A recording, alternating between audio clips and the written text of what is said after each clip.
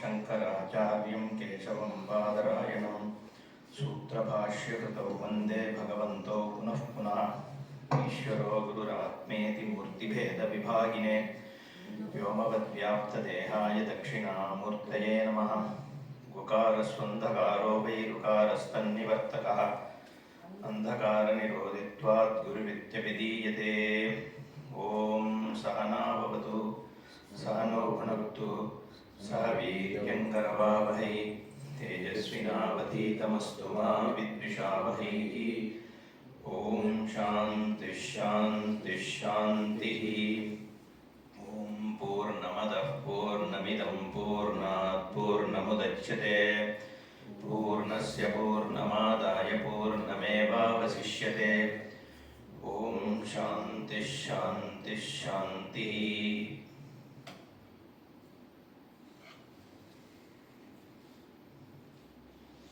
ईशावास्यम् इदं सर्वं यत्किञ्च जगत्यां जगत् तेन त्यक्तेन पुञ्जीता मा गृधा कश्यस्विद्धनम्।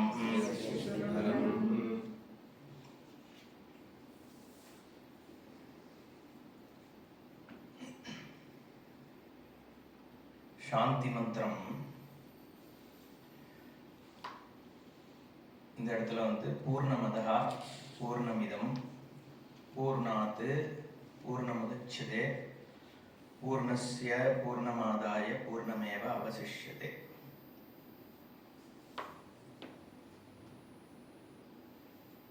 இதுல ஒரு நவுன் இருக்கு, பூர்ணம் அப்படிங்கிற ஒரு நவுன்.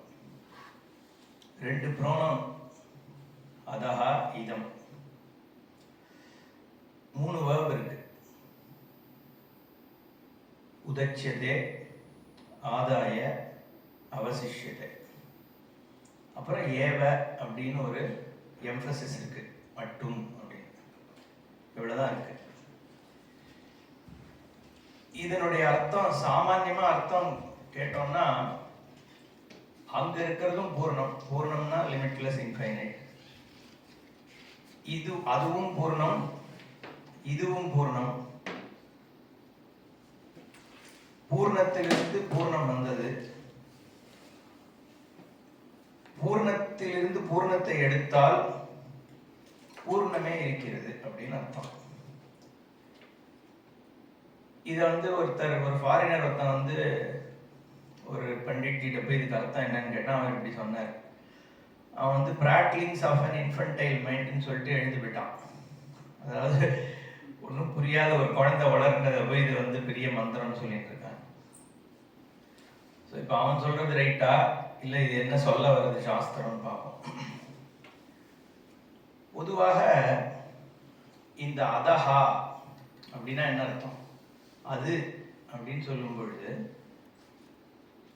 என்னுடைய அறிவிற்கு புலப்படுவதாக இப்ப என்கிட்ட அது இல்லைன்னு அர்த்தம். அதுதான் அதஹா. அது அப்படின்னு சொன்னா எங்கேயோ ஒண்ணு இருக்கிறது அதுன்னு சொல்றோம். சொர்க்கம் இல்லைன்னா பிரிஸ்பேன், அது என் பார்வைக்கு தள்ளி இருக்கு ஒரு விஷயம், அது அதஹா. அப்போ அந்த தள்ளி இருக்கின்ற தன்மை போனா அந்த அதஹா அதஹான்ற தன்மையை இழந்துற போகுது. அப்போ அதுதான் அதஹா. சரி, இதம் அப்படின்னா என்ன? இதம்னு சொல்லும் பொழுது பொதுவாக இது அப்படின்னு சொன்னா இந்த லேப்டாப், இந்த டேபிள், இதெல்லாம் இதுன்னு சொல்றோம். பட் சாஸ்திரப்படி இதம் அப்படின்னு சொல்லும் பொழுது எதெல்லாம் என்னுடைய இந்திரியங்களுக்கு புலப்படுவதாக இருக்கிறதோ அதையெல்லாம் இதத்துல சேர்ந்துடும். அதுன்னு சொல்ற விஷயம் இருக்கு. இப்ப சொர்க்கம் அப்படிங்கிறது கூட அதுன்னு சொல்லும் பொழுது வேணா அது அங்க இருக்கு, நம்ம அங்கேருந்து நம்ம தள்ளி இருக்கும்போது அது அதுன்னு சொல்ல போறோம். அது கிட்ட போயிட்டோம்னா அதுவே இதுவாயிடும். அப்போ இப்போதைக்கு அதுன்னு பிரிஸ்பேன் இப்ப அதுன்னு சொல்றேன். ஆனா பிரிஸ்பேனுக்கு போன அப்புறம் அதையே தான் இதுன்னு சொல்ல போறேன். அப்போ பிரிஸ்பேன்றது வந்து அதுன்னு சொல்ற வார்த்தையினுடைய ஒரு பொருளா இருக்கா இல்ல இதுன்னு சொல்றதுனுடைய பொருளா இருக்கான்னா காலத்துக்கு ஏத்த மாதிரியும் தேசத்துக்கு ஏத்த மாதிரியும் அதுன்றதே இதுன்னு ஆயிடுது. அப்ப சாஸ்திரம் என்ன சொல்லுதுன்னா அதையும் நீ இதுல தான் சேர்க்கணும். ஏன்னா அதுவும் என்னுடைய இந்திரியங்களுக்கு உட்பட்ட ஒரு விஷயம். இந்திரியங்களுக்கு உட்படக்கூடிய என்னுடைய ஐம்புலன்கள், இந்திரியம்னா புலன், புலன்களுக்கு உட்படக்கூடிய விஷயங்கள் எல்லாத்தையும் இதம்ல தான் சேர்த்தாகணும். அப்போ அது பூர்ணம். ஏன்னா இங்கேயே நம்ம ஈஷாவாஸ்யம் முதல்லயே இதம் சர்வம் எத்கிஞ்ச ஜெகத்யாம் ஜெகத்து அப்படின்னு வருது. அங்கேயுமே இதம் அப்படிங்கிறது இந்த ஜெகத்யாம் ஜெகத்துனா மாறுதலுக்கு உட்பட்டதாக இருக்கக்கூடிய இந்த ஜெகத்திற்கே அதுல இருக்க எதெல்லாம் எனக்கு மாறுவதாக தெரிகிறதோ அதையெல்லாம் இதம்ல சேர்த்தி அப்படின்னு தான் இந்த உபனிஷதே சொல்லுது. அப்ப இதம்ங்கிறது என்னன்னு தெரிஞ்சுக்க வேண்டியிருக்குன்னா என்னுடைய புலன்களுக்கு புலப்படுகின்ற விஷயங்கள் எல்லாமே, எமோஷன்ஸ் எல்லாம் சேர்த்து, புலன்னா நம்ம வெறும் எக்ஸ்டர்னல் மட்டும் இல்ல, புத்திக்கு புலப்படுகின்றது கூட இதம்ல சேர்த்து. சரி, இப்ப அதஹானா என்னன்னு இன்னும் நமக்கு தெரியல, ஏதோ ஒண்ணு. இதம்ங்கிறது புலன்களுக்கு எனக்கு அனுபவத்திற்கு வருகின்ற விஷயங்கள் எல்லாமே இதம்ல சேர்த்து பார்த்துட்டோம். இப்ப பூர்ணம்னா என்ன? பூர்ணம்னா குழக்கட்டைக்குள்ள இருக்கிறது, அதான பூர்ணம். குழக்கட்டைக்கு சமஸ்கிருதத்துல மோதகம்னு பேரு, சந்தோஷத்தை ஏற்படுத்தக்கூடியதுன்னு அர்த்தம் மோதகம். அதுக்குள்ள என்ன இருக்குன்னா நிறைந்திருக்கின்றதுனால அதுக்கு நம்ம பூர்ணம்னு பேர் சொல்றோம். எப்படி வந்து இந்த உலகத்தை வந்து ஒரு சொரூபம் ஏதோ ஒண்ணு நிறைந்து இருக்கா அதுக்கு பூர்ணம்னு பேர். எதையும் விடாமல் எங்கும் நிறைந்ததுக்கு பூர்ணம்ன்ற அர்த்தம். இப்போ இது பூர்ணம் அப்படின்னு சொல்லுது. இது இதம் பூர்ணம். இதம் பூர்ணம்னு சொன்னா இதம்ல எது இருக்கு? நம்ம எதெல்லாம் பார்க்கிறோமோ, பார்க்க முடியுமோ, அனுபவிக்க முடியுமோ அது எல்லாம் பூர்ணம்ல சேர்ந்துடுது, அந்த இதம்ல சேர்ந்துடுது. அதாவது இங்க இருக்கிற உலகமா இருக்கட்டும், தள்ளி இருக்கிற உலகமா இருக்கட்டும், எனக்கு தெரிஞ்ச உலகமா இருக்கட்டும், எனக்கு தெரிஞ்ச விஷயமா இருக்கட்டும், எனக்கு தெரியாத விஷயமா இருக்கட்டும், இது எல்லாம் இதம்ல சேர்ந்துடுது. இந்த உடம்பும் இதம்ல சேர்ந்துடுறது. ஏன்னா இதுவும் என் புலன்களுக்கு உட்படுற விஷயம் தான். இதுக்குள்ள இருக்கிற சக்தி இருக்கே, என்னோட பிராணன்னு சொல்றமே, பிராணசக்தி, அதுவுமே எனக்கு தெரியுது. இப்ப நான் எனர்ஜெட்டிக்கா இருக்கேன், இப்ப நான் வீக்கா இருக்கேன்றதே எனக்கு தெரியாது. அதுவும் என் அனுபவத்துக்கு உட்பட்டது, அதுவும் இதத்துல சேர்ந்தது. என் மனசு இதத்துல சேருதா, அகம்ல சேருதா, இதத்துல சேருதா, இல்ல அதஹால சேருதான்னு பார்த்தா மனசுமே எனக்கு தெரியுது. நான் கோபமா இருக்கேன், சந்தோஷமா இருக்கேங்கிறதும் தெரியுது. அப்போ அதுவுமே இதம்ல வந்துடுது. அப்போ இதம்ன்றதே பூர்ணமா அப்போ அப்படின்னு கேட்டா இதம் ஒன்னே ஒன்னத்தை மட்டும் விட்டுடுது. என்னன்னா சப்ஜெக்ட் வந்து இதம்ல சேரல. யார் இந்த இதத்தை பார்க்கறானோ அவனுடைய சொரூபம் மட்டும் இந்த இதத்துக்குள்ள அடங்கல. அப்ப அதை சேர்க்காத போது இதம் வந்து பூர்ணமாக முடியாது இல்லையா? அப்ப அந்த அதஹான்றதுக்கு வந்து ஒரே ஒரு பொருள் இருக்க முடியும்னா அது அகம் ஒன்னாதான் இருந்தாலும். ஏன்னா மற்ற அத்தனையுமே இதத்துல வந்துடுது. ஓகே, இப்போ அதஹா பூர்ணம், இதம் பூர்ணம். ஓகே, சரி, நம்ம முதல்ல என்ன சொன்னோம்? அதஹாங்கிறது இப்போ என் அறிவுக்கு புலப்படாமல் எப்பவோ தெரியக்கூடிய ஒரு பொருள் இல்லையா? அந்த எனக்கும் அதுக்கும் இருக்கக்கூடிய அந்த இப்ப இருக்கிற அந்த கேப், அறிவு கேப் வந்து ரிமூவ் ஆயிடுச்சுன்னா அது புலப்படணும். அப்போ நான்றது எனக்கு தெரியாத ஒரு பொருளா, அது எப்படி அதஹால சேருது அப்படிங்கிற கேள்வி வருது. அதனாலதான் நம்ம என்ன சொல்றோம்னா சுத்தமாவே தெரியாத ஒரு பொருள் கிடையாது, நான் என்னன்னு சரியாக தெரிந்து கொள்ளாத ஒரு பொருளாக இருக்கிறதுனால அதை அதஹான்னு சொல்றோம்.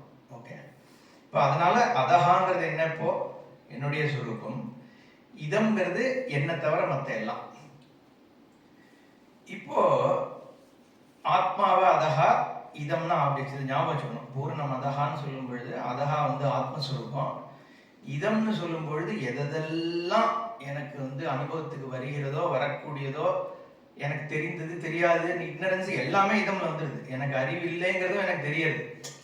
ஒரு பொருளை பற்றிய அறிவில்லாத தன்மையும் எனக்கு பிரகாசிக்கிறது. அப்போ அது எல்லாமே இதம்ல சேருது. ஆனா 2 பொருளா இருக்கே, இப்போ அது எப்படி பூர்ணமாகும்? அகம் வந்து இதம லிமிட் பண்ணுது, இதம் வந்து அகம லிமிட் பண்ணுது. அகமும் இதமும் ஒண்ணு இல்லை அப்படிங்கிற பொழுது ரெண்டும் பூர்ணம்தான் அப்படிங்கிற ஒரு சென்டென்ஸ் வந்து இன்கம்ப்ளீட்டா இருக்கு. இப்போ என்ன பண்ணணும்னா, கேள்வி என்ன வருது? இப்போ அகம் பூர்ணம் இதம் பூர்ணம்ன்ற போது அகம் இதம்லேருந்து பார்க்கும் பொழுது பூர்ணம்னு ஒண்ணுமே இல்லை. அப்போ சாஸ்திரம் என்ன சொல்லுதுன்னா, பூர்ணத்திலேருந்து அகத்தையும் இதத்தையும் பாரு, இல்லையா?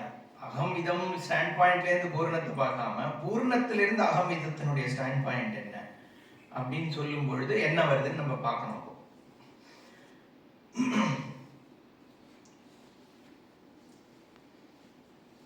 சரி, இப்போ வேற ஆங்கிள் வரும், ஸ்ருதியினுடைய பெர்ஸ்பெக்டிவ். சரி, அதுக்கு முன்னாடி ஒரு கேள்வி, இதுல ஒரு முக்கியமான கேள்வி வருது.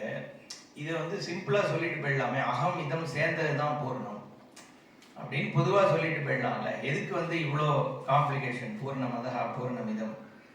ஏன்னா நம்மளுடைய அனுபவம் வந்து அப்படி இருக்கு, அதனால ஸ்ருதி அங்கேருந்து எடுத்துன்னு வருது. ஸோ நீ வெறும்னா எல்லாம் பூர்ணம்னு சொன்னேன்னா அதுக்கு அர்த்தம் நமக்கு புலப்பட போறது இல்லை. ஏன்னா எல்லாம் பூர்ணம் தான் அப்படின்னு நான் சொன்னேன்னா அதனுடைய ஏன்னா என்னுடைய சாமானிய அனுபவம் வந்து இதமகமா தான் இருக்கு. எந்த வாழ்க்கை அனுபவம்னு பார்த்தோம்னா, இப்ப நேற்றுக்கு கேள்வி அதுல தானே வருது, துவைத்தம் இல்லை அப்படிங்கிற கேள்வி.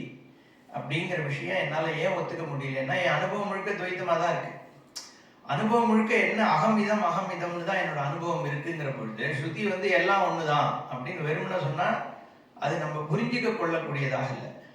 அதனால இப்ப இந்த மாதிரி தான் இதை காண்பிக்க வேண்டியிருக்கு. ஸோ என்னுடைய அனுபவத்திலேருந்து அது ஆரம்பிக்கிறது. அப்போ இந்த அனுபவத்தை வந்து கரெக்டா அக்கௌண்ட் பண்ணாதான் பூர்ணத்துவம் வந்து எனக்கு சித்திக்கும்.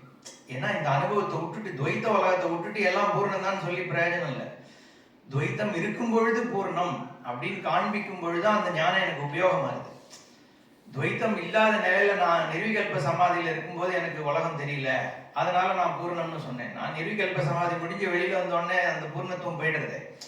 அப்போ இந்த துவைத்த ஜெகத் இருக்கும் பொழுதே நீ பூர்ண வஸ்துதாங்கிறத அது காமிச்சாகும். அப்படிங்கிறதுனாலதான் ஸ்ருதி வந்து இது ரெண்டுத்தையும் எடுத்துன்னு வருது. முதல்ல வெறும்னா எல்லாம் பூர்ணம்னு சொல்லாம பூர்ணமதா பூர்ணமிதம் அப்படின்னு சொல்லுது. அப்படியுமே ஒரு கேள்வி நமக்கு என்ன வருதுன்னா, இப்ப இந்த டேபிளை பார்க்கறேன், இந்த டேபிள்ன்றது எண்ணிலிருந்து வேறாக தானே இருக்கு. எண்ணிலிருந்து இந்த டேபிள்ன்றது வேறாக இருக்கு. அப்போ இது ரெண்டும் வந்து சேர்ந்த ஒரு பூர்ணம் அப்படின்னு சொன்னேன்னா அந்த பூர்ணத்துவ அனுபவத்துல எனக்கு அந்த பூர்ணத்துவம் இல்லை. டேபிள் வேறாகவும் நான் வேறாகவும் தான் இருக்கு. எந்த விதமாக பார்த்தாலும் பூர்ணத்துவம் வந்து இந்த டேபிளுக்கும் எனக்கும் நடுவில் சித்திக்கல. ஆனா பூர்ணம்ங்கிறத இன்னொரு விதமா நம்ம புரிஞ்சுக்கணும். பூர்ணமாக ஒண்ணு இருக்கணும் அப்படின்னா அதுக்கு உருவம் இருக்க முடியுமா, ஏதாவது ஒரு ஆட்ரிபியூட்டோ ஃபார்மோ இருக்க முடியுமா அப்படின்னு நம்ம பார்க்கணும். ஏன்னா பூர்ணமாக இருந்தா உருவம் இருக்கிறது பூர்ணமா இருக்குன்னு சொல்றோம்னு வச்சுக்கோங்க. ஒரு ஃபார்ம் இருக்கு, பூர்ணம் வந்து எல்லாமா நிறைஞ்சிருக்கு, அதுக்கு இப்படி கை இருக்கு கால் இருக்கு அப்படின்னு சொன்னா அந்த கை காலை எப்படி ரெக்கக்னைஸ் பண்றோம்? அந்த கை கால் தவிர வேற ஒன்று இருக்கிறதுனால தான் அதை ரெக்கக்னைஸ் பண்ண முடியுது. இப்போ ஸ்பேஸ்ன்னு ஒன்று இருந்தாதான் ஸ்பேஸுக்குள்ள எல்லா இடத்துலயும் இறைவன் நிறைஞ்சிருக்கார் அப்படின்னு நம்ம சொல்றோம். எல்லா இடத்துலயும் பெருசா நம்ம திருவிளையாடல சிவாஜி நிக்கிற மாதிரி விஸ்வரூபம்னா பெருசா நிக்கிறாருன்னு எடுத்துட்டோம்னா அப்போ அவரை தவிர ஒரு ஸ்பேஸ் இருக்கு, அவரை பார்க்கிற ஒருத்தன் வேற இருக்கான், மற்றதெல்லாம் இருக்கு. அப்போ அதை எப்படி விஸ்வரூபமாக முடியும்? விஸ்வரூபம் நம்ம சொன்னாலே அதுக்கு ஃபார்ம் இருக்க முடியாது. அப்பதான் விஸ்வரூபம். இப்போ ஒரு பொருளை இன்னதுன்னு நான் தெரிஞ்சுக்கிறேன்னா எப்படி தெரிஞ்சுக்கிறேன்? அதை தவிர இன்னொன்னு இருக்கிறதுனால அதுல இருந்து இது மாறுபட்டதுன்றதை நம்ம தெரிஞ்சுக்கிறேன். இப்போ ஒரு விஷயத்தை தெரிஞ்சுக்கிறோம்னா அதுக்கு ஒரு ஆட்ரிபியூட் இருக்கணும். இப்போ கடவுள் கருப்பா இருக்கார் அப்படின்னா கருப்புன்னு ஒரு கலர் நம்ம சொன்னாலே கருப்பை தவிர இன்னொரு ஒரு கலர் இருக்கும் பொழுதுதான் இது கருப்புன்னு நம்ம டிஃபரன்ஷியேட் பண்ண முடியும். ஒண்ணுதான் இருக்கு, ஏகரசமா இருக்குன்னா நீ எப்படி அதை டிஃபரன்ஷியேட் பண்ணுவ? அப்போ பூர்ணம்னு சொல்லும் பொழுதே அது வந்து ரூபம் இல்லாத ஒரு வஸ்துவாக தான் இருந்தான்னு சித்திக்கிறது. இப்ப சாஸ்திரமும் அதுதான் சொல்றது. பிரம்ம வஸ்துவானது நிர்குணமா இருக்கு, சர்வவியாபியா இருக்குன்னு ஸ்ருதி சொல்லுது. இங்க வந்து பூர்ணம்னு ஒண்ணுத்த சொல்லியிருக்கு. அப்போ பிரம்மத்தை தான் ஸ்ருதி வந்து பூர்ணம்னு சொல்லுதுங்கிறது நமக்கு புரியாது. ஏன்னா ரெண்டு பூரணம் இருக்க முடியாது. இப்போ எங்கும் நிறைஞ்சது ரெண்டு விஷயம் இருக்க முடியாது. பிரம்மம் பூரணமான இருக்கு, இதுவும் பூரணமா இருக்கு, இதம் அகம் சேர்ந்து பூரணமா இருக்குன்னா ரெண்டு இருக்குன்னு ஆக முடியாது. அப்போ ஒண்ணுதான் இருந்தாகணும். அப்படிங்கிற பொழுது பிரம்மத்தை தான் பூர்ணம்னு சொல்லுதுன்றது நம்ம புரிஞ்சுக்கிறோம். இப்போ நான் ஏற்கனவே சொன்ன மாதிரி பூர்ணத்திலேருந்து அகம் இதமுக்கு நம்ம வரப்போறோங்கிற பொழுது பூர்ணம்ங்கிறத பத்தி ஸ்ருதி என்ன சொல்லுது, அப்போ பிரம்மன்றதனுடைய சுரூபத்தை பத்தி ஸ்ருதி என்ன சொல்றதுங்கிறதுக்கு நம்ம போக வேண்டியிருக்கு. ஓகே, இதுல நிர்குணம்ன்ற அர்த்தத்துல இருந்து போவோம். நிர்குணம்னு சொன்னேன்னா ஃபார்ம்லெஸ் சுரூபம்னு சொன்னேன்னா இந்த அதகான்னு சொல்லக்கூடிய என்னுடைய சுரூபம் இருக்கே ஐ, அது நிர்குணம்னு ஓரளவு நம்ம இன்ஃபர் பண்ணிடலாம். இப்போ ரமணர் சொல்ற மாதிரி நான் இந்த உடம்பு இல்லை அப்படின்னு நான் சொன்னேன்னா ஓரளவு நமக்கு புரியுது. ஏன்னா சிம்பிள் லாஜிக். எதை நான் இதம்னு தெரிஞ்சுக்கிறனோ அது நான் இல்லை. இப்போ அதுதான் க்ஷேத்திரஜ விபாகம்னு சொல்லும் பொழுது பகவான் தான் சொல்றாரு, எதெல்லாம் இதுன்னு தெரிஞ்சுக்கிறியோ அது நான் இல்லைன்னு ஆயிடுது. இந்த டேபிளை இதுன்னு தெரிஞ்சுக்கிறேன், டேபிள் நான் இல்லை. சரியா? இந்த ஸ்பீக்கர் நான் இல்லை தெரிஞ்சுக்கிறேன், ஸ்பீக்கர் இதுன்னு தெரிஞ்சுக்கிறேன், அப்போ ஸ்பீக்கர் நான் இல்லை. இப்படி போயிட்டே இருக்கு. கடைசியில் உடம்புக்கு வரும். உடம்புக்கு வெளியில இருக்கிறதெல்லாம் ஈஸி. இந்த தேகத்தையும் இதுன்னு தெரிஞ்சுக்கிறேன். அப்போ இதுக்கும் எனக்கும் ஒரு சம்பந்தம் ஏதோ இருக்குன்னாலும் கூட ஆனா நானா இது இருக்க முடியாது. ஏன்னா நானா இருக்கிறது எப்படி தானே இதுன்னு தெரிஞ்சுக்கும். அப்போ இதுன்னு தான் தெரிஞ்சுக்கணும் உடம்ப. அப்ப இந்த உடம்பு நான் இல்லைன்றது தெரியாது. பிராணன் நானா கேட்டா பிராணனும் நம்ம நான் இது நான் எனர்ஜெட்டிக்கா இருக்கேன்னு எனக்கு தெரியுது. அனுபவம் தான் அது. அனுபவத்துல இருக்குங்கிறதுனால அதுவும் நான் இல்லை. மனசு நானான்னு கேட்டா மனசும் நான் இல்லை, அதுவும் எனக்கு தெரியுது. சுகி துக்கிங்கிறது தெரியுது. டிசைட் பண்ற கெப்பாசிட்டி நானான்னு கேட்டா இது நான் எடுத்த டெசிஷன், நான் இப்படிதான் டிசைட் பண்ணேங்கிறது எனக்கு தெரியாது.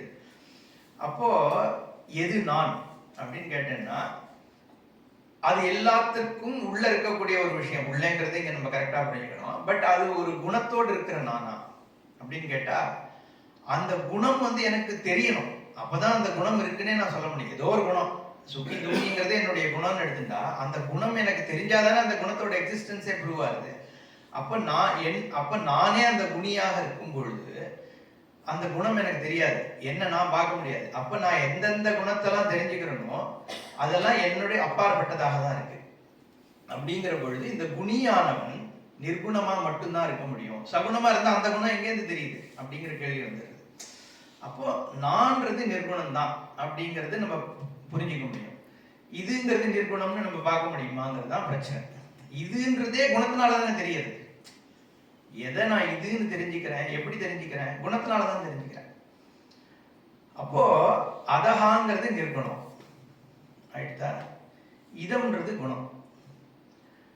இந்த அளவுக்குள்ள நம்ம புரிஞ்சுக்கிறோம். குணத்தை தான் இதுன்னு தெரிஞ்சுக்கவே முடியும். குணம் இருக்கிற வஸ்துக்கள் ஃபார்மோட இருக்கிறது இதம், ஃபார்ம்லெஸ் அதகா. பூர்ணமதகா பூர்ணமிதம். இப்ப அடுத்ததா என்ன ஸ்டேட்மெண்ட் சொல்றதுன்னா பூர்ணாத்து பூர்ணமுதச்சிதே. இப்ப அது அதகான்னு சொல்லல, இதமும் சொல்லல. ஏன்னா ஏற்கனவே அதுவும் பூர்ணம் இதுவும் பூர்ணம் சொல்லிடுது, ஒரே பூர்ணம் தான் இருக்கு. அப்போ அந்த பூர்ணத்திலிருந்து இந்த பூர்ணம் வந்திருக்குன்னா எதுல இருந்து எது வந்திருக்க முடியும்? அப்போ அதகா முதல் பூர்ணம், இதம்ன்றது ரெண்டாவது பூர்ணம். பூர்ணம் அதகா பூர்ணம் இதம். பூர்ணாத் பூர்ணம் உதச்சிதேன்னு சொல்லும் பொழுது அதகா பூர்ணத்தில் இருந்து இதம் பூர்ணம் வந்திருக்குன்னு சொல்லுது இப்ப வேதம். அதகா பூர்ணம்ன்றது என்னுடைய நிர்குணமான சுரூபம்னு பார்த்தோம். அங்க நிர்குணம்ன்றது எஸ்டாப்ளிஷ் ஆயிடுது. அப்போ இதம்ன்ற சப்ஜெக்ட் ஆப்ஜெக்ட் ஃபார்ம் இருக்கே, ஐ மீன் இந்த ஆப்ஜெக்ட் ஃபார்ம் இருக்கே, சப்ஜெக்ட் விட்டுட்டு மீதி இருக்கிற இந்த ஃபார்ம் ஜெகத்து அதகான்னு சொல்லக்கூடிய நிர்குணத்தில் இருந்து தான் உருவாயிருக்கு, வந்திருக்கு அப்படிங்கிறது இப்ப வேதம் சொல்ற ஸ்டேட்மெண்ட். ஆனா நம்ம ஏற்கனவே என்ன பார்த்தோம்? இந்த பரிச்சேதகம் பரிச்சின்னத்துவம் ரெண்டும் இருக்கு. நான் ஜெகத்துக்கு பரிச்சேதகனா இருக்கேன். பரிச்சின்னம்னா டிஃபரன்ஷியேட் பண்ண, லிமிட் பண்ணக்கூடியதுன்னு அர்த்தம். ஒண்ணுத்த வரையறுக்கக்கூடியதாக இருக்கு. இதுங்கிறது எது வரையறுக்கிறது? நான்கிறதுதான் வரையறுக்க. என்ன தவிர மீதி எல்லாம் இது அப்படின்னு சொல்லும் பொழுது அகம்ன்றது பரிச்சேதகமா இருக்கு இந்த பரிச்சின்ன விஷயத்தை பொறுத்த வரைக்கும். அதே மாதிரி இதுங்கிறது நான்கிறத லிமிட் பண்ணுது. ஓகே, அப்ப எப்படி இது அன்லிமிட்டட் ஆக முடியும்? இப்போ பூர்ணம்ங்கிறது லிமிட்லெஸ்ஸா இருக்கணுங்கிற போது இங்கேயோ பரிச்சின்னமா இருக்கு. ஏன்னா இது அதுக்கு பரிச்சேதகமா இருக்கு, அது இதுக்கு பரிச்சேதகமா இருக்கு, மியூச்சுவலி லிமிட்டிங்கா இருக்கு. ஆனா இப்போ பரிச்சேதக பரிச்சேத்தியமா இருக்கும் பொழுது பூர்ணத்துவம் சித்திக்காது. அதை நம்ம பார்த்தோம். அதே மாதிரி ஆத்மவஸ்துவான அதகாங்கிறது வந்து நிர்குணமா இருக்கு, இதம்ங்கிறது வந்து குணத்தோடு இருக்கு. இது வரைக்கும் புரிஞ்சுதோ இல்லையா? ரைட்டு. இதுதான் துவைத்த அனுபவம். ஓகே, அந்த துவைத்த அனுபவத்துல ஒரு பிரச்சனை என்னன்னா, இந்த துவைத்த அனுபவம் வந்து என்னால ஏற்க முடியாததாகவும் இருக்கு. ஹியூமனால இந்த லிமிட்டேஷன் இருக்க, இந்த லிமிட்டேஷன் வந்து ஏற்றுக்கொள்ள, எந்த லிமிட்டேஷனுமே ஹியூமனால ஏற்றுக்கொள்ள முடியாது. அது சுபாவம். ஒரு இக்னரன்ஸ் இருக்கு, நாலேஜ் இல்லை. 2 பேர் பேசிட்டு இருக்கான், இவன் கொஞ்சம் காது வந்து செவிடாயிடுச்சுன்னா அவ்வளோ ஒரு அன்கம்ஃபர்டபுள் ஆயிடும். என்ன ஏதோ என்னை பத்தி தான் பேசிட்டு இருக்காங்க, இது முக்காவாசி இடத்துல பார்க்கலாம். அதை என்ன ஏதோ 2 பேர் பேசி சம்பந்தமே இல்லாத ஏதோ பேசிட்டு இருப்பா. ஆனா அவன் இந்த பக்கம் ஒரு தடவை திரும்பி இருப்பா, அவ்வளவுதான். என்னை பத்தி தான் அங்க என்ன. அதுவும் இந்த போன்ல ஒய்ஃபும் அவன் அம்மாவும் பேசுறத பத்தி பார்த்தோம்னா, அவன் அந்த நாத்தனார் அவெல்லாம் மாமியார், அதான் யாரும் சொன்னார், அதாவது மாமியார் வந்து அவ பொண்ணுகிட்ட பேசுறத மாட்டு பொண்ணு பார்த்துட்டான்னு வச்சுக்கோங்க, அது மாதிரி ஒரு பிரச்சனை கிடையாதுன்னு சொல்லுவான். ஏன்னா வந்து சம்பந்தம் இல்லாத கன்க்ளூஷன். அதை எதுக்கு சொல்ல வந்தேன், இந்த நாலேஜ் இல்லாத தன்மையானது நம்மளால ஏற்றுக்கொள்ள முடியாது. ஒரு விஷயம், நம்மளோட லிமிட்டேஷன் வந்து ஹியூமனால அக்செப்ட் பண்ணிக்க முடியாத ஒண்ணு. நாலேஜ் வைஸா இருக்கட்டும், ஸ்பேஷியலி இருக்கட்டும், ஆப்ஜெக்ட் வைஸ். ஏன்னா நம்ம லைஃபோட ஸ்ட்ரகிளே வந்து இந்த லிமிட்டேஷனை ரிமூவ் பண்றதுக்கான ஸ்ட்ரகிள் தான். அதுதான் நம்ம தர்மார்த்த காம மோட்சம்னு சொல்றோம். ஏன்னா நான் இன்செக்யூர், என்னால வந்து சேஃபா இருக்க முடியலங்கிறது தான் நான் பொருளை தேடுறதுக்கே என்னை புஷ் பண்றேன். நான் என்ன நினைக்கிறேன், எனக்கு வெல்த் இருந்ததுன்னா நான் செக்யூரா இருப்பேன், எனக்கு ஒரு கார் இருந்து சொத்து இருந்து இது இருந்ததுன்னா ஐ ஆம் சேஃப் அப்படிங்கிற எண்ணம் தான். நம்ம வந்து பணத்தை பொறுத்த வரைக்கும் அதுக்குன்னு ஒரு பையிங் பவர் இருக்கு, அதை பத்திலாம் நம்ம பேசல. பட் எது வந்து நம்மளை சம்பாதிக்கிறத நோக்கி தள்ளுறதுன்னு கேட்டோம்னா சென்ஸ் ஆஃப் இன்செக்யூரிட்டி. அது ஒரு லிமிட்டேஷன். அந்த லிமிட்டேஷன் என்னால் ஒத்துக்கொள்ள முடியல, அதனால நான் பொருளை தேடுறேன். 2வது சுகத்தை ஏன் தேடுறேன்னா, எனக்கு வந்து சுகத்திலையும் லிமிட்டேஷன் இருக்கு. நான் சில சமயம் தான் சுக்கியா இருக்கேன், 10ல் 8 தடவை துக்கியா இருக்கேன், 2 விஷயத்துல சுக்கியா இருக்கேன். அந்த 2ம் வந்து போயிட்டு இருக்கு. அது சுவாமிஜி சொல்லார், அந்த 2 சுக்கம் வர்றதுனாலதான் தற்கொலை பண்ணிக்காம இருக்கான் மனுஷன். என்ன இன்னும் எப்பயாவது திருப்பி வரும் அந்த சுக்கம்ன்ற நம்பிக்கையில, இல்லைன்னா வந்து சூசைட் பண்ணிட்டு இருவான்னு வேறு. ஏன்னா அது ஒரு லிமிட்டேஷன். அந்த சுக்கத்திலையும் லிமிட்டேஷன் இருக்கிறதுனால நம்ம ஸ்ட்ரகிள் பண்றோம். எங்கேயாவது ஒரு ரிலேஷன்ஷிப்னாலேயோ இல்லை ஒரு ஸ்வீட் சாப்பிட்றதுனாலையோ திருப்பி அந்த சுக்கம் வராதான்.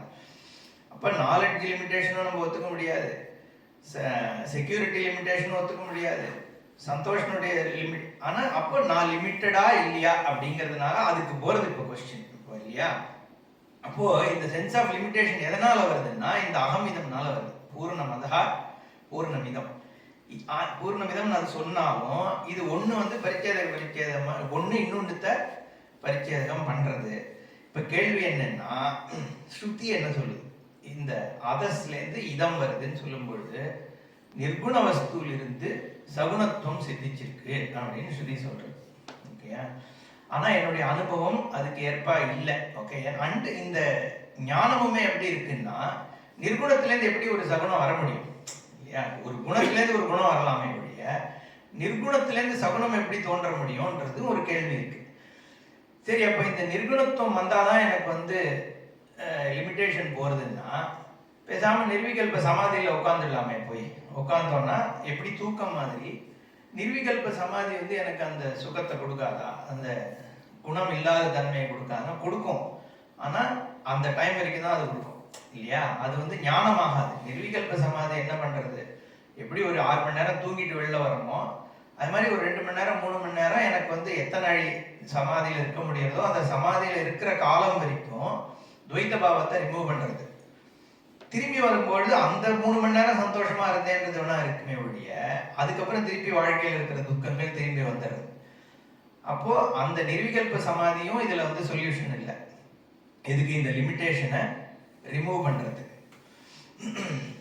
ஓகே, இப்போ பிரமாணம் வந்து என்ன இப்ப நான் ஏற்கனவே என்ன சொன்னேன், அகம் இதம்ல இருந்து பூர்ணத்துவத்தை புரிஞ்சுக்க முடியாது. இப்போ பூர்ணம்னா என்னன்னு புரிஞ்சுட்டா அகமிதம் புரியுறதா அப்படிங்கிறதுக்கு நம்ம போறோம் இல்லையா? அங்கதான் ஸ்ருதி வருது. இப்போ அங்கதான் சாஸ்திரம் வழியாக மட்டும்தான் பூர்ணம்னா என்னன்றதை புரிஞ்சிக்க முடியும். ஏன்னா நம்மளுடைய அனுபவத்துல வந்து இதம் அகம் தான் புரிஞ்சுக்கலாம், அகமே அதுலயும் புரிஞ்சிக்க முடியாது. இதன் தான் எனக்கு ஆட்ரிபியூட்ஸ் தான் நம்மளோட அனுபவத்துல இருக்கு. நான் என்னங்கிறது நான் பார்த்தாலும் திருப்பி ஆத்மால உட்காரு அப்படின்னா நம்ம மைண்ட் எங்க போகும்? ஒரு மனசுக்கு போகும், இல்லை என்னுடைய சம் இன்ஃபரன்சஸ் அபவுட் நான் யாருன்றதுல போகும்.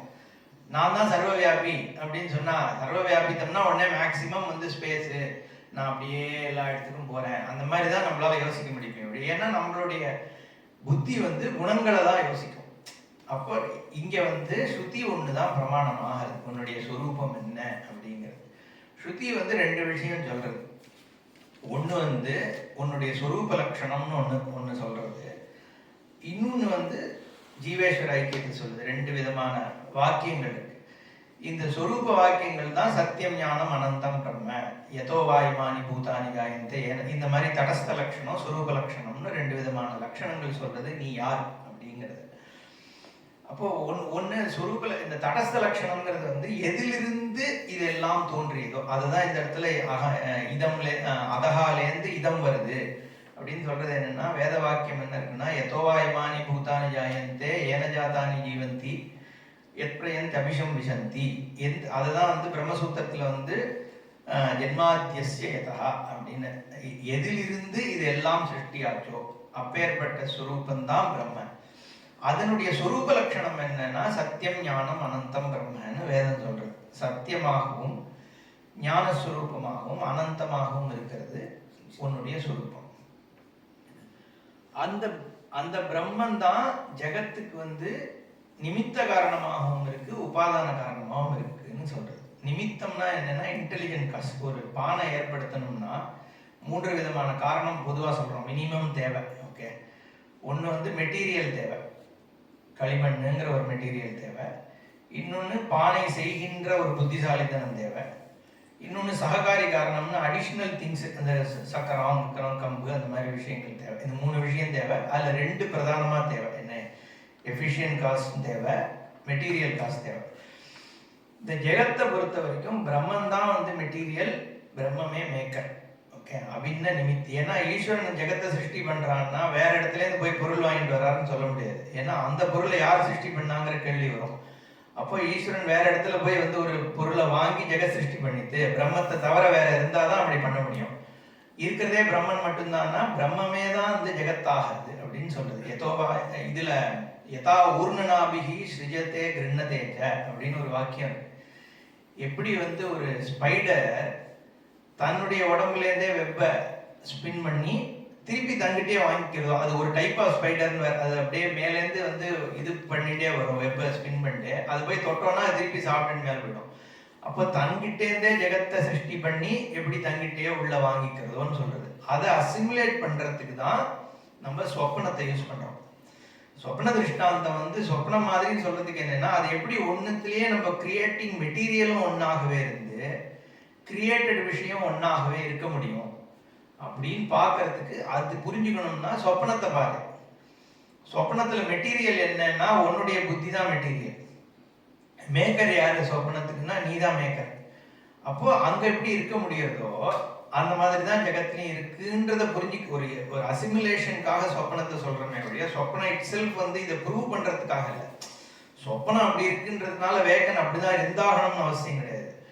பட் சொப்பனத்துல எப்படி வந்து மேக்கர் அண்ட் மெட்டீரியல் ஒன்றாக இருக்க முடியுறதோ அந்த மாதிரி வேக்கன்லையும் இருக்கு அப்படின்னு அசிமுலேட் பண்றதுக்காக சொல்றது. அதனால ஸ்ருதி, அதனாலதான் நம்ம அர்த்தநாரீஸ்வரர் தாயுமானவர்னு சொல்றோம்.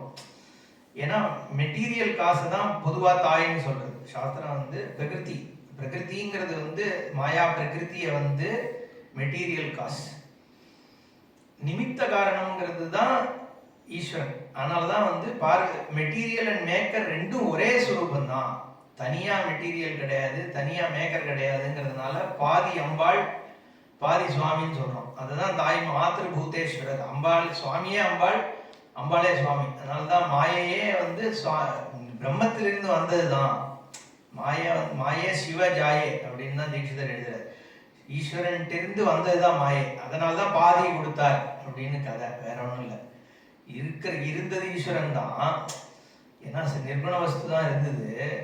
அது ஜெகத் சிருஷ்டி பண்றதுக்காக மாயை கல்பித்த மாயை ஜெகத் வருது. அதனால தான் உடம்புல பாதியை கொடுத்தார் அம்பாளுக்கு அப்படின்னு. அதான் அதனால மேக்கர் அண்ட் மெட்டீரியல் ரெண்டும் ஒண்ணுதான், ஒரே சுவாமி தான். அப்போ அந்த அகம்ன்றது அது இதம்ன்றது அதகாலிருந்து வந்தது அப்படின்னு ஸ்ருதி சொல்றது. அப்போ அந்த சிருஷ்டி எப்படி ஏற்பட முடியும்? நிமித்த உபாதாரணம் காரணமாக இருக்கும் பொழுது பூர்ணம்ன்றது நிர்குணம் சொன்னோம். நிர்குண பூர்ணம், ஆனா அதகாதான் நிர்குண பூர்ணம்ன்றது நம்மளால இன்ஃபர் பண்ண முடியுது. இதம் சகுணமா தான் இருக்கு. அப்ப இந்த சகுனத்துக்கும் நிர்குணத்துக்கும் எப்படிப்பட்ட சம்பந்தம் இருக்க முடியும் அப்படிங்கிறது கேள்வி. இப்போ ஒரே வஸ்துல இருந்துதான், அதுவேதான் மெட்டீரியல் காசு, அதுவேதான் எஃபிஷியன்ட் காசு. ஸோ அப்போ அதுவாகவே இந்த ஜெகத் ஆயிருக்கு அப்படிங்கிற பொழுது நிர்குணம் சகுன ஜெகத் ஆயிடுது. பூர்ணாத்து பூர்ண முதச்சிதே.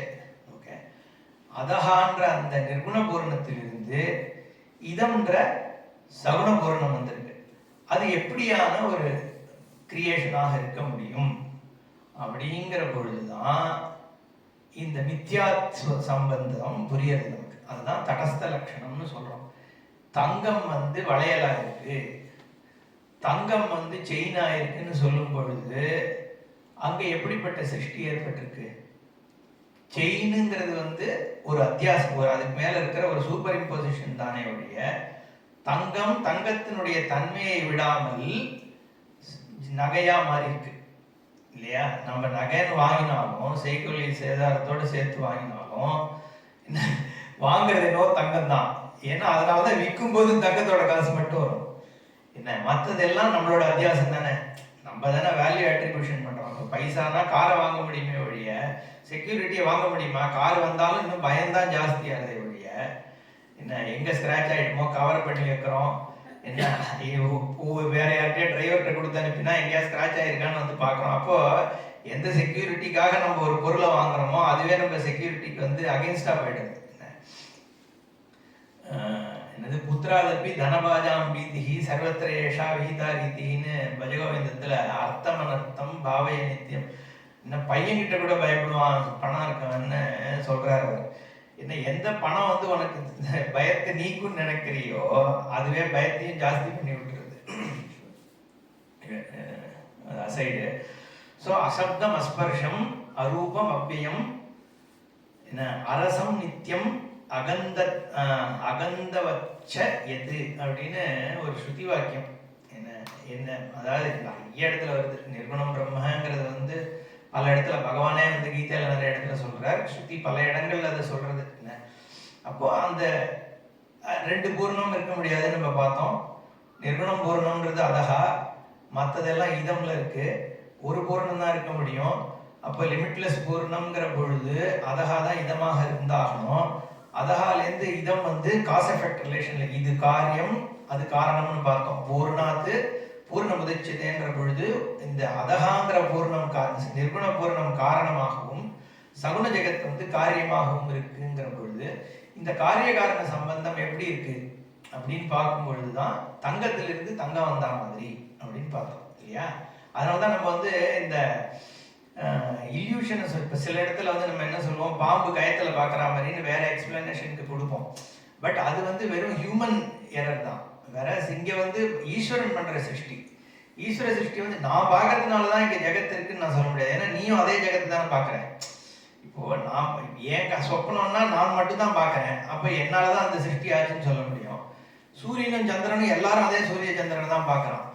அப்போ என்னுடைய அவித்தியை தான் சூரிய சந்திரனை சிருஷ்டி பண்ணிட்டுன்னு நம்ம சொல்லலை, சாஸ்திரமும் சொல்லலை. அது என்ன சொல்லுதுன்னா எல்லாத்தினுடைய மெட்டீரியலும் ஒண்ணுதான். எப்படி சொப்பனத்துல மெட்டீரியல் நீயாவே இருக்கியோ அந்த மாதிரி வேக்கன்லயும் நிர்குண வஸ்து தான் மெட்டீரியலா இருக்கு. பார்க்குற ஜெகத் அத்தியாச சம்பந்தத்தோட இருக்கு. அப்போ எது அதனாலதான் அதை தடஸ்த லட்சணம்னு சொல்றோம். யதோவாயுமானி பூதானிங்கிறது அந்த வேத வாக்கியம் என்ன பண்ணுதுன்னா இந்த காரியம் காரணாத் அனன்யது. அதுதான் வாக்கியம். என்னன்னா எந்த ஒரு காரிய எஃபெக்டுமே காசிலிருந்து அந்நியமாக இல்லை. இப்போ இந்த டேபிள் நான் சொன்னேன்னா அதுல இருக்கக்கூடிய டிம்பரோட அது வேறாக இல்லை. இந்த கிளாத்துன்னு சொன்னேன்னா அதுல இருக்கிற யானோட அது வேறாக இல்லை. யானுன்னு சொன்னேன்னா அதனுடைய காரணமாகிய காட்டன்லேருந்து அது வேறாக இல்லை. காட்டன்னு சொன்னேன்னா அதில் இருக்கிற ஃபேப்ரிக் ஃபைபர் வாட்டவர் அதுலேருந்து வேறாக இல்லை. அது சொன்னேன்னா அதனுடைய காரணமாக இருக்கக்கூடிய ஆட்டம்லேருந்து அது வேறாக இல்லை. ஆட்டம் சொன்னேன்னா அது மாலிக்யூல்ஸ்லேருந்து அது வேறாக இல்லை. இப்படியே போயிட்டே இருக்கு. அப்போ காரணமானது காரியமானது காரணத்திலிருந்து அப்பாற்பட்டதாக இல்லை. அப்ப இந்த ஜெகத்து ஃபார்ம்லெஸ்ஸா இருக்கக்கூடிய இதம் ஜெகத்து அதகாவாக இருக்கக்கூடிய ஃபார்ம்லெஸ் சுரூபத்திலிருந்து அப்பாற்பட்டு இல்லை. அப்போ தங்கம் எப்படி நகையாகிறதோ அந்த மாதிரி தான் இந்த அதஸாக இருக்கக்கூடிய நிர்குணம் குணமாக தெரியறது என்றது சாஸ்திரம். இப்போ பூர்ணத்திலேருந்து பூர்ணம் வந்திருக்கு. ஆனா எப்படி வந்திருக்கு? அத்தியாசமாக தான் வந்திருக்கு. அப்பதான் அது புரியும். இல்லைன்னா ஒரு பூர்ணத்திலிருந்து இன்னொரு பூர்ணம் எப்படி வர முடியும்? இருக்கிறதே ஒன்று தானே. அப்ப அதனாலதான் அது பூர்ணாத் பூர்ணம் முதச்சதுன்னு சொல்லிது. அதகலேருந்து இதம் வந்ததுன்னு சொல்லல வேதம். அப்படி சொன்னேன்னா ரெண்டு இருக்கிறதா ஆகுது. முதல்ல பூர்ணமதகா பூர்ணமிதம் சொன்னாலும் கூட பூர்ணாத் பூர்ணம் முதச்சதுன்னு சொல்லும் பொழுது வந்திருக்கிறதுங்கிறது ஆஸ்தோ தான், நிஜமாக எதுவுமே வரல. பூர்ணம் தான் இருக்குங்கிறத பூர்ணாத் பூர்ணம் முதச்சதுன்னு சொல்லுது. பூர்ணத்திலிருந்து பூர்ணம் வந்ததுன்னா தங்கத்திலிருந்து தங்கம் வந்தா மாதிரி. எங்க வந்தது? வளையலாம் வந்தது. இப்போ நாமரூபம் ஆத்தியாசிக நாமரூபமானது சுரூபத்துல தெரியறதுன்னு தான் அர்த்தம். அதுதான் சாந்தோக்கிய உபனிஷத்து சதேவ சௌமிய இதமக்ராசி தேகமேவா த்விதீயம். இதம்னு எது தெரியறதோ அது சத்து மட்டாகவே இருந்தது, குணம் இல்லாமல். அப்ப இப்ப என்ன இருக்கு? இதமா மாறிடுத்தாதுன்னா இப்பயும் சத்து தான் இருக்கு. இதமோடு சேர்ந்த சத்தாக தெரியாது. எப்படி களிமண் அது அந்த இதுல ஒரு எக்ஸாம்பிள் என்னன்னா, ஒருத்தன் கிராமத்தை விட்டு வெளியில போறான். காத்தால போகும்போது குயவனோட இதை பார்க்கறான், இடத்த பார்க்கறான். அங்க பெரிய லம்பு களிமண் போட்டு வச்சிருக்கு. சங்கரர் சொல்றாரு இந்த கதையை. அவன் போயிட்டு திரும்பி பார்க்கும்போது அந்த பெரிய களிமண் அங்க மலை இல்லை. அதுக்கு பதிலாக பானைகள் தட்டுக்கிட்டு ஜார்லாம் இருக்கு. அப்போ ஈவன் தோ அவன் அந்த களிமண்ணை காத்தால பார்த்தான், இந்த பானையை பார்க்கல. இப்ப களிமண்ணை பார்க்கல, பானையை தான் பார்க்கறான்னாலும் அந்த களிமண் தான் இந்த பானையா இருக்குங்கிறது தெரியுது. அப்போ பானை தட்டுங்கிற நாமரூபமானது நாமரூபம் இல்லாத களிமண்ணுல இப்ப சித்திச்சிருக்கே ஒழிய இருக்கிற வஸ்து என்ன? களிமண் தான். அதே மாதிரி சதேவ சௌமிய இதமக்ராசின்னு சொல்லும் பொழுது இந்த இப்ப நீ பாக்குற நாமரூபங்கள்லாம் இல்லாம எப்படி உனக்கு நிர்விகல்ப சமாதியில சத்தா மட்டும் இருக்கியோ அந்த மாதிரி சத்தா மட்டும் இருக்கிற வஸ்து இப்ப நாமரூபத்தோட இருக்கு. ஆனா இப்பவும் என்னவா இருக்கு? எது கண்டென்ட்? அதுல சத்து தான் கண்டென்ட். நீ நாமரூபத்தை பாக்குறிய ஒழிய சத்து தான் இருந்தது, சத்து தான் இருக்கு, சத்து தான் இருக்கவும் போறது. காலமும் சத்து தான், தேசமும் சத்து தான், வஸ்துகளும் சத்து தான். ஆனா அது நாமரூபத்தோட சேர்த்து நீ பாக்குற. அதனால அது வாச்சாரம்பணம் விகாரஹா நாமதேயம் விருத்திகா இத்தியேவ சத்தியம். பாக்குறது எல்லாம் நாமோ ஏதோ ஒன்று பேர் சொல்ற, இதுக்கு ஒரு ரூபம் இருக்குன்னு சொல்றே ஒழிய கண்டென்ட் என்னன்னு பார்த்தேன்னா அங்க இருக்கிறது அதே நிர்குண வஸ்துவானதுதான் அங்க இருக்கு அப்படிங்கிறத காண்பிக்கிறதுனால. ஸோ இப்ப என்ன எடுத்து துவைத்த அனுபவம் இருக்கு. எனக்கு துவைத்த அனுபவத்துல பிரச்சனை கிடையாது. சாஸ்திரத்துக்கு துவைத்த அனுபவத்து மேல அதுல ப்ராப்ளம் இல்லை. சாஸ்திரம் என்ன சொல்லுதுன்னா துவைத்தம்ங்கிறது சத்தியமா இல்லையா அதுதான் விசாரமே ஒழிய துவைத்த அனுபவத்தினால எனக்கு பிரச்சனை இல்லை. சத்தியத்துவத்தை தான் அதை நெகேட் பண்ணுது. அப்போ பூர்ண மதகா பூர்ணம் இதம்ங்கிறதுனால நம்ம என்ன தெரிய வருதுன்னா நிர்குண வஸ்து மேல சகுணமானது அத்தியஸ்தமா இருக்கு, சூப்பர் இம்போஸ்டா இருக்குங்கிறது இந்த வாக்கியத்தினால தெரியுது. ஓகே, ஆனா அது எப்படி புரிஞ்சுக்கணும்னா சத்தியம் ஞானம் அனந்தம்ன்றத முதல்ல நம்ம புரிஞ்சுக்கணும். சத்தியம் ஞானம் அனந்தம் எப்படி புரிஞ்சுப்ப? ஸ்ருதி வாக்கியங்கள்னால. அதுதான் இந்த உபனிஷத் வாக்கியம் நம்ம காமிக்க வருது. இன்னைக்கு ஒரு நாள்ல அதை நம்ம பண்ண முடியாது. இது என்டையர் உபனிஷத் ஸ்ருதி வாக்கியங்கள் வழியாக ஸ்வரூப ஞானம் ஏற்படும் பொழுது அந்த ஸ்வரூபம் நிர்குண வஸ்துங்கிறது என்னங்கிறது புரியுது. அந்த நிர்குண வஸ்துல ஆத்தியாசிகமாக இந்த ஜெகத் இருக்கு. ஓகே, இது வரைக்கும் புரிஞ்சுட்டோம், கிளியர் ஆயிடுது. சரி, இப்போ பூர்ணஸ்ய பூர்ணமாதாய பூர்ணமேவ அவசிஷ்யதே. பூர்ணத்திலிருந்து பூர்ணத்துவம் வரும் பொழுது அங்க பூர்ணம் தான் இருக்கு. ஓகே, அப்படின்னு சொல்லும் பொழுது அதேதான் இங்க எதுவுமே பூர்ணத்துல ஆட் பண்ணவோ சப்ட்ராக்ட் பண்ணவோ முடிய போறது இல்லை. ஏன்னா பூர்ணம்னு சொன்னாலே முதல்ல நிற்கணும் சர்வம். சர்வம்ங்கிற பொழுதுதான் சர்வம்ன்றதுனாலதான் அது நிற்கணும்னே நம்ம சொன்னோம். அப்போ அதுல ஆட் பண்றதுக்கு என்ன இருக்கு?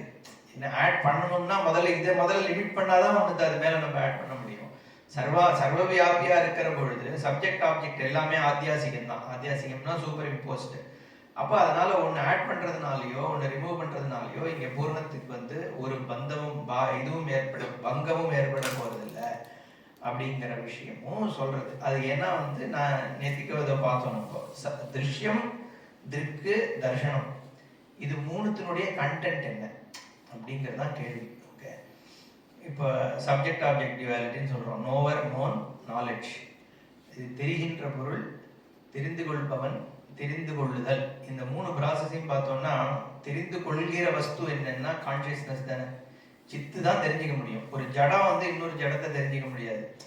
அப்போ சைதன்ய வஸ்துக்கு தான் விஷயங்கள் புலப்பட முடியும். ஸோ சொரூபம் வந்து சித்துங்கிறது கிளியர் ஆகுது. தெரிந்து கொள்ளுதல் அப்படின்னு ஒன்று நடக்கிறது. அது என்ன? அது புத்தியில் ஏற்படுற ஒரு விற்பி தானே, மைண்டில் ஏற்படுற ஒரு சேஞ்ச் தான் தெரிந்து கொள்ளுதல் அப்படிங்கிறதே. இப்போ இந்த லேப்டாப் இருக்குன்னு எனக்கு தெரியறது, இல்லை நான் தெரியறேன் அப்படின்ற பொழுது உங்கள் புத்தியில் வந்து ஒரு மாற்றம் ஏற்படுது. அதுதான் விற்த்தின்னு சொல்கிறோம். இதுக்கு முன்னாடி நான் செவுத்தை பார்த்தேன், அதுக்கப்புறம் இந்த பர்சனை பார்க்குறேன்னு சொல்லும் பொழுது செவுறு விற்பி போய் மனுஷ விற்பி வருது, மனுஷ விற்பி போய் மரம் விற்பி வருது, இல்லை மனுஷ விற்பி போய் குரங்கு விற்பி வருது வச்சுப்போம். பார்க்குற ஆளு பொறுத்து இருக்குது. அப்புறம் மர விற்பி வருது, மர விற்பி போய் மலை விற்பி வருது. இது மாதிரி விற்பி மாறிண்டே.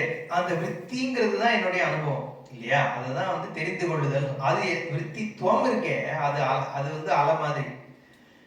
ஏன்னா அது எந்த கண்டென்ட்ல இருக்கு? தண்ணிங்கிற கண்டென்ட்ல இருக்கிற ஒரு மாற்றம் தானே அலை.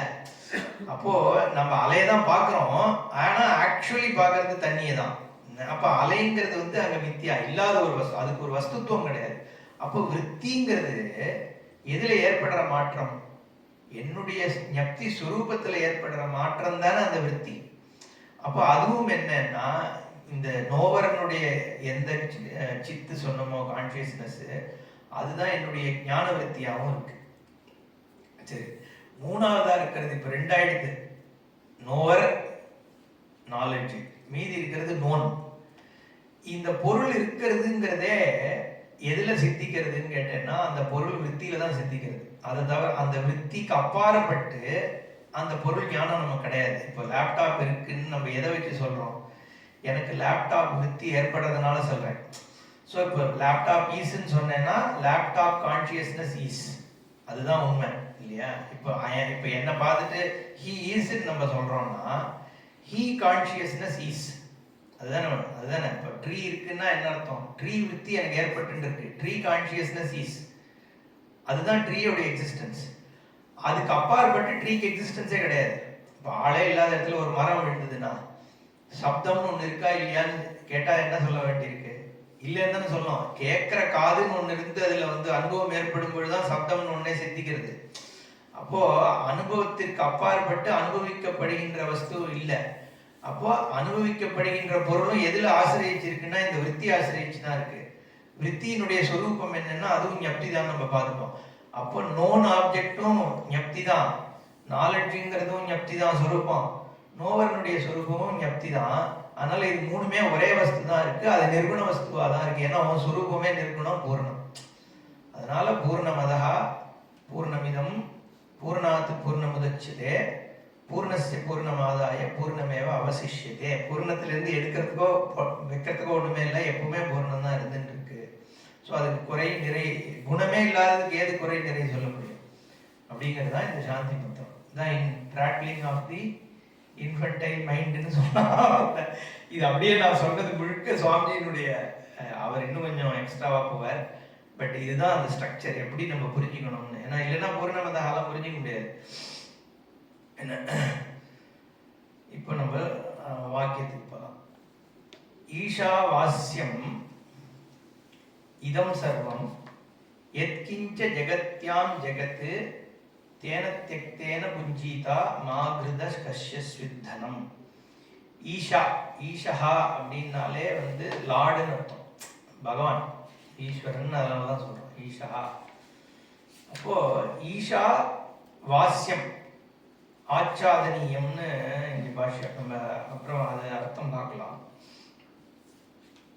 இங்க இந்த இந்த இந்த ஃபர்ஸ்ட் இருக்கே நான் ஏற்கனவே சொன்னேன், கன்சிடர்டு இந்த மெயினா இந்த பர்டிகுலர் இருக்குனால தான் இது உபநிஷதாவே ஆயிருக்குன்னு நினைக்கிறேன். ஏன்னா ஈஸ்வரனால் வியாபிக்கப்பட்டிருக்குங்கிறது ஆரம்பிக்கிறது. ஆச்சாதனியம்ங்கிறது வந்து புரிஞ்சுக்கணும். அது ஆக்சுவலி வந்து சொரூபம் என்ன அப்படிங்கிறத புரிஞ்சுக்கிறதுக்கான வாக்கியம் தான்.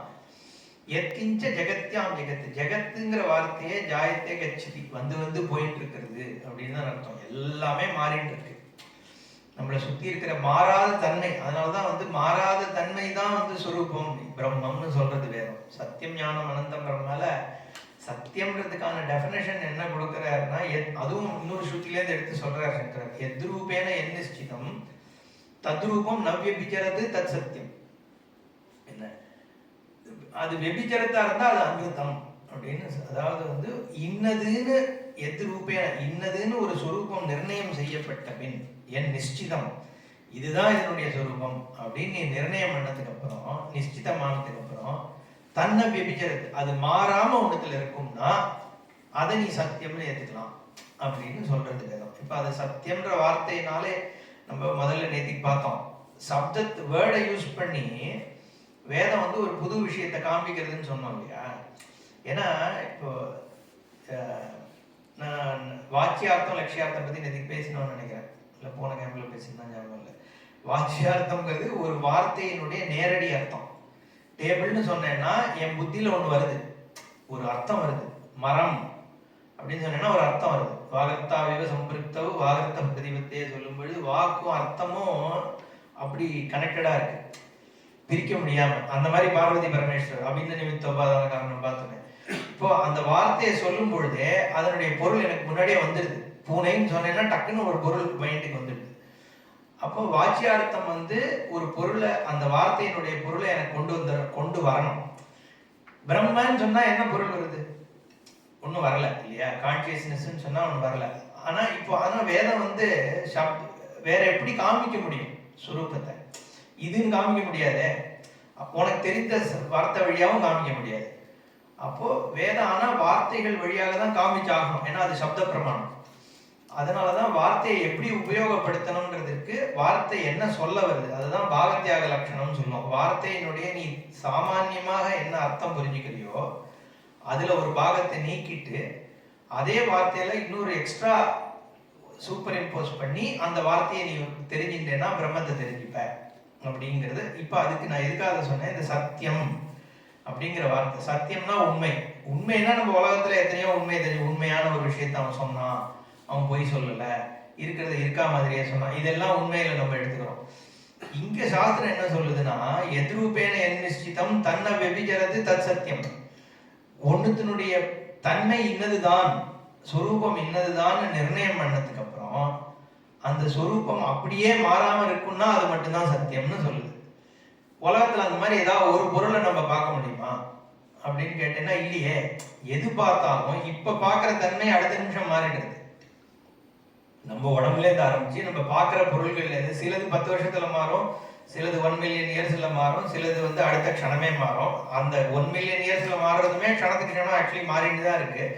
அந்த மாற்றம் மேக்னிஃபை பண்ணி பார்த்தா நமக்கு தெரியுது. கிராஸ் லெவல்ல அத்தனை வருஷம் கழிச்சு நம்ம சொன்னேன் அந்த மாதிரி தான் மாறிண்டே போய் நம்ம முடியுது. அப்போ அஸ்தி ஜாயத்தே வர்த்ததே விபரணமத்தே அபக்ஷியத்தே வினஷ்யத்தின்னு ஷட்விகாரமும் எல்லா பொருள்களுக்கும் நடந்துட்டு தான் இருக்கு. எதெல்லாம் நான் ஆப்ஜெக்டிஃபை பண்றனோ, எதெல்லாம் குணத்தோடு இருக்கோ அது அத்தனையுமே மாறிட்டு தான் இருக்கு.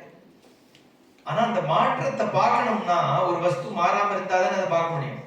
2 போட்டு போயிட்டு இருக்கு தண்ணியில, சங்கரர் சொல்ற ரெண்டும் ஒரே ஸ்பீட்ல போனா எப்படி ஒரு போட் இன்னொரு போட்டு நகர்றதுன்றது பார்க்க முடியாது இல்லையோ. ஆனா கரையில இருந்தாலோ கரையில நீ கரையை பார்க்கும்பொழுது கரை நகர்ந்துட்டு இருக்குன்னு தெரியுது, நிறந்துட்டு இருக்கா மாதிரி தெரியுது. கரையில நின்னா போட்டு நகர்றது தெரியுது. அப்போ மாற்றம் பார்க்கணும்னா மாறாத ஒரு வஸ்து தான் மாற்றத்தை பார்க்க முடியும். அப்போ அந்த மாறாத தன்மையோடு ஒரு சொரூபம் இருக்கு அப்படிங்கிறதையும் நம்ம புரிஞ்சுக்கிறோம் இல்லையா. அப்போ இந்த மாறாத தன்மை எதுக்கு இருக்கோ அந்த சொரூபம் தான் சத்தியம் அப்படின்னு சொல்றது வேதம். அப்ப எது அந்த மாறாத வஸ்து அப்படின்னு நம்ம பார்க்கும் பொழுது விசாரத்தினால சொரூபம் தெரியுது. அப்ப அதனாலதான் ஸ்ரவணம்னு சொல்றோம். ஸ்ரவணம்னா ஜஸ்ட் உட்காந்து கதை கேட்கறது கிடையாது. ஸ்ரவணம்னா என்னன்னா வேத வாக்கியங்கள் என்ன சொல்லுதுன்னு குருவோட சேர்ந்து பார்க்கறது. குரு வந்து கைடு பண்ணும் பொழுது அந்த வேதத்தை நம்ம பார்க்கிறோம். அதான் இந்த ஒரு கேள்வி என்ன சொல்லுவான்னா, ஆத்மா எதை தெரிஞ்சுக்க போற? ஆத்மா தான் தெரிஞ்சுக்க போற. ஆத்மானா நீ அப்போ நீ உள்ள பார்க்கணுமே வழி, நீ ஏன் போய் புக்கை பார்க்குற? கேள்வி வருதோ இல்லையோ. ஏன்னா புக்குன்றது வெளியில இருக்கிற ஒரு விஷயம். அப்போ நீ ஒன்ன தெரிஞ்சுக்கணுங்கிறது நீ உள்ள பார்க்கணுமே ஒழிய வெளியில இருக்க புஸ்தகத்தை போய் ஏன் பார்க்குறேன்னு கேட்கறான். என்ன புஸ்தகத்தை படிச்சா ஞானம் வந்துடும்னா கழுத கூட தான் முதுகுல அவ்வளோ புஸ்தகத்தை ஏற்றின்னு போகிறது, அதுக்கு என்ன ஞானமா வந்துடுதுன்னு ஒருத்தர் கேட்டார். அப்போ இதுன்னு பார்க்குற ஒரு புஸ்தகத்தை போய் நீ பார்க்கறதுனால நீங்கிறது எப்படி தெரியும் அப்படின்னு நம்ம கேள்வி, அதை வந்து புரிஞ்சுக்காதனால கேட்குற கேள்வி அது. ஆக்சுவலி இது வந்து கண்ணாடியை பார்க்குற மாதிரி தான். இங்கே வந்து நீ இதுன்றதை பார்க்கல, ஆக்சுவலி ஒன்னதான் பார்க்குறோம். அந்த வித்தியை வழியாக உன்னுடைய அதனால தான் ஸ்ரவணம் நான் சொன்னேன். ஸ்ரவணத்தில் வந்து கேட்கும் பொழுது நம்மளோட ஈகோவை சஸ்பெண்ட் பண்ணிட்டு நம்ம விஷயத்தை கேட்குறோம். அந்த விஷன் வந்து என்ன பண்ணுதுன்னா நம்மளே ஃபால்சிஃபை, நம்மளுடைய இந்த இண்டிவிஜுவாலிட்டி இருக்கே ஃபால்சிஃபை பண்ணுன்னா சொரூபத்தை இல்லை, எதை நம்ம சூப்பர் இம்போஸ் பண்ணி வச்சிருக்கோமோ அகங்காரத்தை, அதையே இது நாக் ஆஃப் பண்ணிடுறது இந்த ஞானம். அது வந்து இந்த வேத வாக்கியத்தினுடைய அர்த்தத்தை, இந்த சத்தியம் அப்படிங்கிறதுனுடைய பொருளை பார்க்கும் பொழுது சுரூப ஞானம் ஏற்படுது.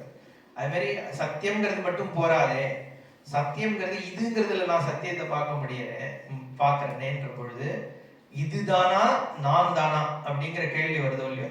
அதனாலதான் ஞானம்ங்கிற வார்த்தையை சேர்க்கிறது வேதம்.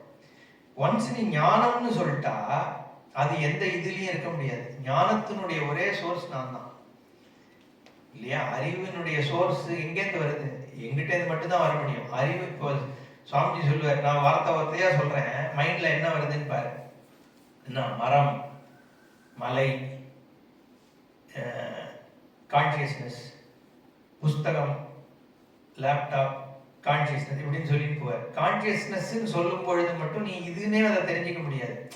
ஏன்னா அது நானாக மட்டும்தான் இருக்க முடியும். அந்த ஒன்று தான் ஞானத்தினுடைய சோர்ஸ், வேற எதுவுமே ஞானம் கிடையாது. அதனால தான் பிரஜானம் பிரம்மன்றத மகா வாக்கியமா எடுத்துக்கணும். தத்துவமசின்னு சொல்லும் பொழுது நீ அதுவாக இருக்கிறாய்ன்னு சொல்றது மகா வாக்கியம் ரைட்டு. பிரஜானம் பிரம்மன் சொல்லும் பொழுது பிரஜானமே பிரம்மன் சொல்லும் பொழுது நீங்கிறதே எனக்கு அட்ரஸ் ஆலையன்னு கேள்வி வரும். ஆனா பிரஜானம்ங்கிறது நீயாக மட்டும்தான் இருந்த முடியும். ஏன்னா ஞானத்திற்கு ஒரே சோர்ஸ் நீ தான், வேற ஒண்ணு இதம்ன்ற ஞானமே கிடையாது. அதனாலதான் பிரஜானம் பிரம்மனா ஈஸ்வரன் அர்த்தம். தத்து நீ எங்க வருது இங்க? பிரஜானம் பிரம்மன்னு சொல்லும் பொழுது தத்து தோமசியில வந்து தோமன்னு டைரக்டா சொல்லுது, தத்துங்கிறதையும் சொல்லிடுறது. இங்க பிரஜானம் தான் பிரம்ம. அப்போ பிரஜானம்ங்கிறது நீயாக மட்டும்தான் இருக்க முடியுங்கிறதுனாலதான் அது மகா வாக்கியமா எடுத்துக்கணும். அப்போ உன்னுடைய சொரூபத்தை அதனால ஞானம்ன்றதையும் சேர்க்கறது. சத்தியம் ஞானம் அனந்தம் பிரம்மன்னு சொல்லும் பொழுது அப்போ அந்த சத்தியம் வந்து சாதாரண சத்தியம் இல்லை. ஞானம்ங்கிறது வந்து எதை வேணா ஞானம்னு சொல்லலாம். இந்த லேப்டாப் இருக்குன்னு நான் தெரிஞ்சுக்கிறேங்கிறது ஒரு ஞானம். அப்போ அதெல்லாம் லிமிட்டட் ஞானம். இது அனந்த ஞானம், அனந்த சத்தியம் அப்படின்னு சொல்லும் பொழுது லிமிட்லெஸ். அப்போ சொரூபம் பிரம்மங்கிறது புரியுது அப்படின்னு சத்தியம் ஞானம் அனந்தம். இப்போ இங்க ஈஷாவாஸ்யம் இதம் சர்வம் எத்கிஞ்ச ஜெகத்யாம் ஜெகத்து, அந்த ஆச்சாதனீயத்துவம் சர்வ வியாபித்துவம் எப்படி சித்திக்கிறதுங்கிறதுக்காக சொன்னேன். அடுத்த செஷன்ல இதை டீட்டெயிலாக பார்ப்போம். ஓம் பூர்ணமத பூர்ணமிதம் பூர்ணாத் பூர்ணமுதச்யதே பூர்ணஸ்ய பூர்ணமாதாய பூர்ணமேவாவசிஷ்யதே. ஓம் சாந்தி சாந்தி சாந்தி. ஹரி ஓம் ஸ்ரீ குருப்யோ நமः. हरि ओम।